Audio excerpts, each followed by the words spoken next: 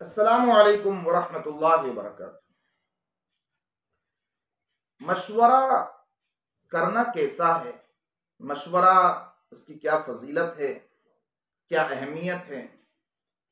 Comment box میں یہ سوال آیا کہ مشورے کی فضیلت آپ بتلائیں، تو اس کا جواب دیتے ہوئے ہم یہ کہتے ہیں کہ سب سے پہلے تو یہ سمجھ لیں کہ جن کاموں کو کرنے کا شریعت نے حکم دیا ہے، ضروری قرار دیا ہے، تو ان کاموں کے بارے میں مشورہ نہیں ہوگا۔ جیسے مثال کے طور پر نماز ہے، اب نماز اللہ تعالیٰ نے فرض فرمائی ہے، اب اس بارے میں مشورہ نہیں ہوگا کہ بھئی نماز پڑھنا ہے کہ نہیں پڑھنا ہے، چلو مشورہ کر لیں، ہے نا۔ نماز کی رکعتیں متعین ہیں، اب اس کے بارے میں مشورہ نہیں ہوگا کہ بھئی عشاء کی 17 رکعتیں ہیں تو مشورہ کر لیتے ہیں کہ بھئی 17 پڑھنا ہے یا 13 پڑھنا ہے یا 9 پڑھنا ہے، یہ اس بارے میں مشورہ نہیں ہوگا۔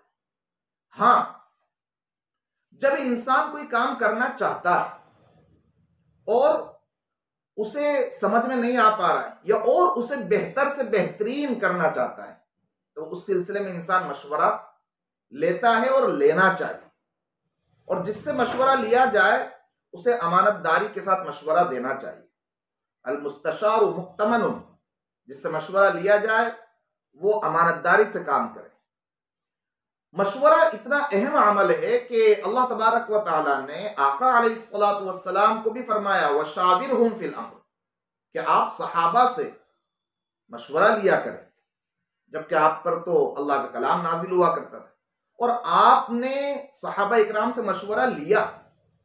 غزوہ بدر کے موقع پر آپ نے جو قیدی تھے ان کے بارے میں مشورہ طلب کیا۔ ابو بکر صدیق رضی اللہ تعالیٰ عنہ کی رائے الگ تھی، حضرت عمر رضی اللہ تعالیٰ عنہ کی رائے الگ تھی، اور صحابہ رضوان اللہ علیہ اجمعین بھی آپ صلی اللہ علیہ وسلم سے مشورہ لیتے تھے، یہاں تک کہ دنیاوی کاموں میں بھی مشورہ لیتے تھے، کہاں نکاح کرنا ہے، کس سے کرنا ہے، کس سے نہیں کرنا ہے وغیرہ، اور صحابہ اکرام آپس میں بھی مشورہ کیا کرتے تھے، ایک دوسرے سے صحابہ اکرام ایک دوسرے سے آپس میں مشورہ کرتے تھے۔